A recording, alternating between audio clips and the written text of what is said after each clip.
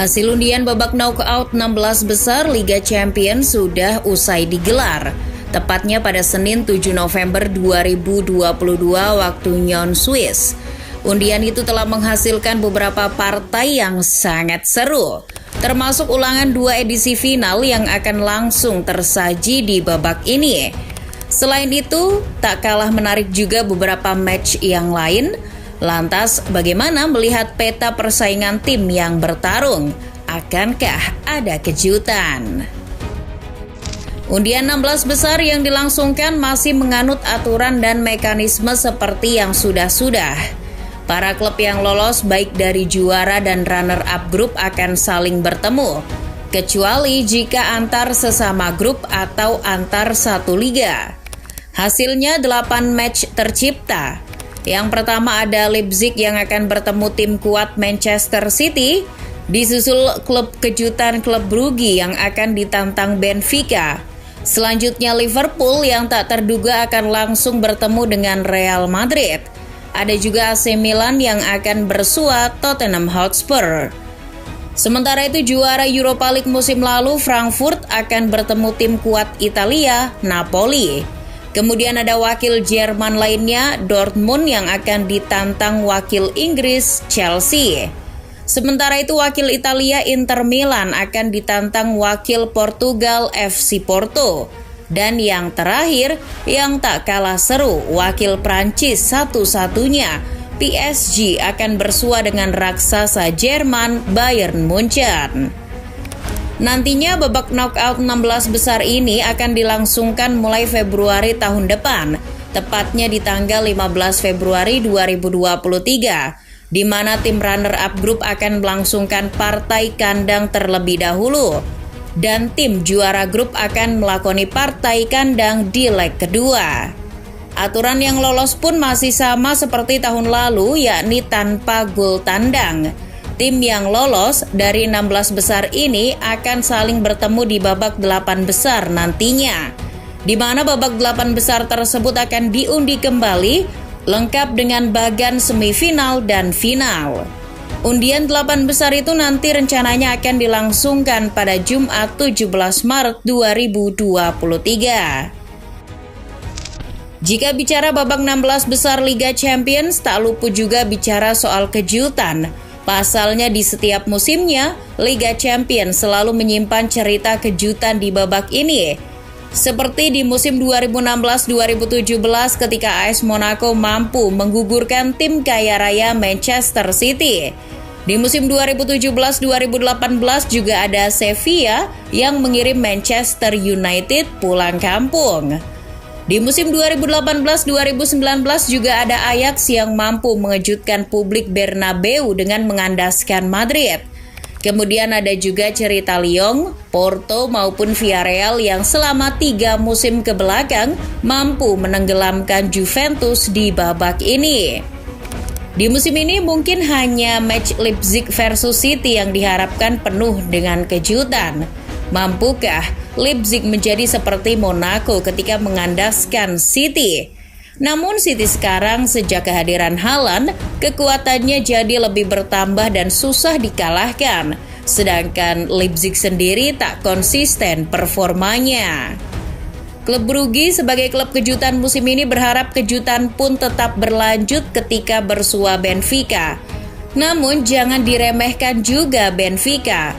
Mereka berhasil menjadi juara grup melangkahi PSG. Pasukan Roger Smith di musim ini tampil lebih mengerikan, baik di Eropa maupun Liga Portugal. Partai Milan versus Spurs juga imbang secara kualitas. Momen Conte kembali ke San Siro juga menjadi sorotan. Pertemuan terakhir Milan dan Spurs dulu terjadi di tahun 2011, yakni di babak 16 besar. Momen ikonik Gattuso mencekik asisten pelatih Spurs juga akan selalu diingat. Ketika itu AC Milan tersingkir oleh Spurs dengan agregat 1-0. Partai Dortmund versus Chelsea juga menarik dan seimbang. Auba dan Pulisic akan bereuni dengan mantan timnya. Kualitas materi pemain Chelsea bisa dikatakan lebih kuat jika dibandingkan Dortmund saat ini. Namun secara performa Dortmund lebih menjanjikan. Chelsea di bawah Potter kini performanya tak superior yang diharapkan. Kemudian partai Inter versus Porto. Inilah momen bertemunya kedua pelatih yang pernah bermain bersama, yaitu Inzaghi dan Conceição. Momen ini juga sekaligus momen pulang kampung Conceição ke bekas klub yang pernah dibelanya ketika bermain. Secara kualitas materi pemain, Inter memang di atas Porto. Namun dari segi performa, Inter akhir-akhir ini tak konsisten. Beda jika dibanding Porto yang cenderung grafiknya menanjak. Lalu ada Napoli, klub yang sedang naik daun musim ini akan ditantang Frankfurt. Meskipun Partenope unggul dari segi kualitas materi pemain dan performa, namun jangan juga sepelekan Frankfurt. Bagaimanapun Frankfurt adalah juara Europa League musim lalu. Belum lagi faktor suporternya yang Spartan. Tentu hal yang paling menarik dan layak untuk ditunggu dari hasil undian 16 besar adalah dua partai big match ulangan final, yakni Liverpool versus Madrid dan PSG versus Munchen. Liverpool yang sedang inkonsisten berharap setelah Piala Dunia nanti penampilannya kembali stabil. Liverpool dan Madrid juga sama-sama berharap tak ada badai cedera yang melanda jelang Februari nanti. Kalau berkaca pada head-to-head, Liverpool ketika dipegang Klopp selalu takluk atas Madrid. Bahkan mereka sudah pernah bertemu di 2 edisi final dan semuanya dimenangkan Madrid. Di musim 2020-2021 mereka juga bertemu di perempat final. Hasilnya, 2 kali Liverpool tak bisa menang dan akhirnya gugur. Terakhir kali Liverpool menang atas Madrid terjadi pada musim 2008-2009. Ketika itu juga terjadi di babak 16 besar, di mana Liverpool di tangan Rafael Benitez mampu melibas Madrid dengan agregat mencolok 5-0. Sementara itu, ulangan final 2019-2020 antara PSG dan Munchen juga tak kalah seru. Namun semuanya kini berubah. Materi dan pelatih kedua tim juga berubah. Terakhir di final 2019-2020, PSG masih diasuh Tuchel, sedangkan Munchen masih diasuh Hansi Flick. Kini duel Galtier dan Nagelsmann menjadi menarik. Duel dua pelatih yang kaya akan taktik dan strategi akan saling bentrok.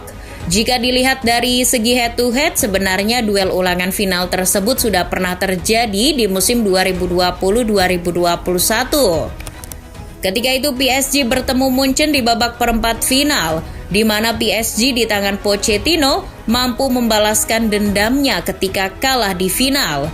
PSG mampu lolos ke semifinal berkat agregat gol tandang. Dari beberapa hasil undian tersebut sangat sulit untuk diprediksi siapa yang lolos. Semuanya cenderung seimbang.